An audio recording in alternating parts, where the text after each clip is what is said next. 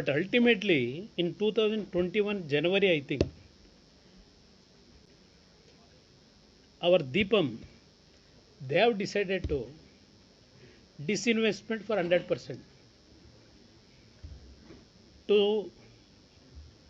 go for the selling of the unit, to privatize the unit 100%.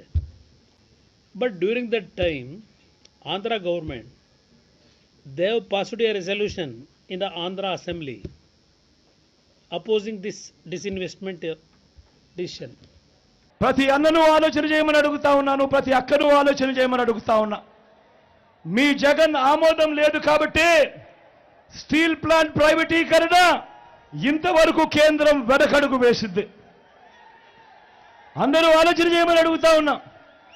5 సంవత్సరాలుగా steel plant ప్రైవేటీకరణ జరగలేదు అనంటే దానికి కారణం, దానికి జగన్ అనే ముఖ్యమంత్రి ఒప్పుకోలేదు కాబట్టి అది జరగలేదు అన్నది ప్రతి ఒక్కరూ కూడా ఆలోచన చేయమని కోరుతా ఉన్నా.